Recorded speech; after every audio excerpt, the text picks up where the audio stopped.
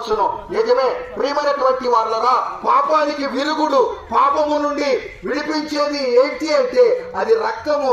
కాబట్టి ఆ రక్తము దేవునిదై ఉండాలి. కాబట్టి దేవుడే మానవుడిగా ఆత్మస్వరూపమైనటువంటి దేవుడు శరీరాన్ని ధరించుకొని కన్యగర్భములో పరిశుద్ధుడిగా జన్మించి జీవించి నీ పాప విమోచన కొరకు, నా పాప విడుదల కొరకు ఆ సొంత రక్తాన్ని చిందించాడు, కార్చాడు. రక్తము దేహములకు ప్రాణము కాబట్టి ఆయన తన ప్రాణాన్ని దానంగా నీకు నాకు లోకము కొరకు ఇచ్చాడండి.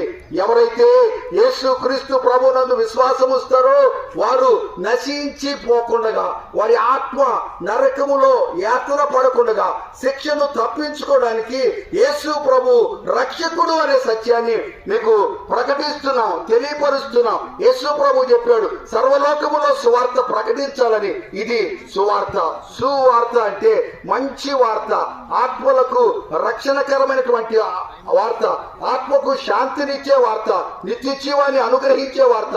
ప్రియమైనటువంటి వాళ్ళరా, యేసుక్రీస్తునందు విశ్వాసం వస్తే ఆయన అంటాడు, నేనే మార్గమును, నేనే సత్యమును, నేనే జీవమును, నా ద్వారానే తప్ప ఎవడు కూడా నిత్య జీవానికి, తండ్రి దగ్గరికి, స్వర్గానికి, ముక్తికి, పరలోకానికి రాడు అని ఒక డిక్లరేషన్ ఇచ్చాడు. కాబట్టి యేసు అనే మార్గములో మనకు నిత్య జీవము ఉన్నది అనే సత్యాన్ని జ్ఞాపకం చేస్తున్నాను. ఇది సత్యము. నీవు విశ్వసిస్తే నీవు జీవిస్తావు.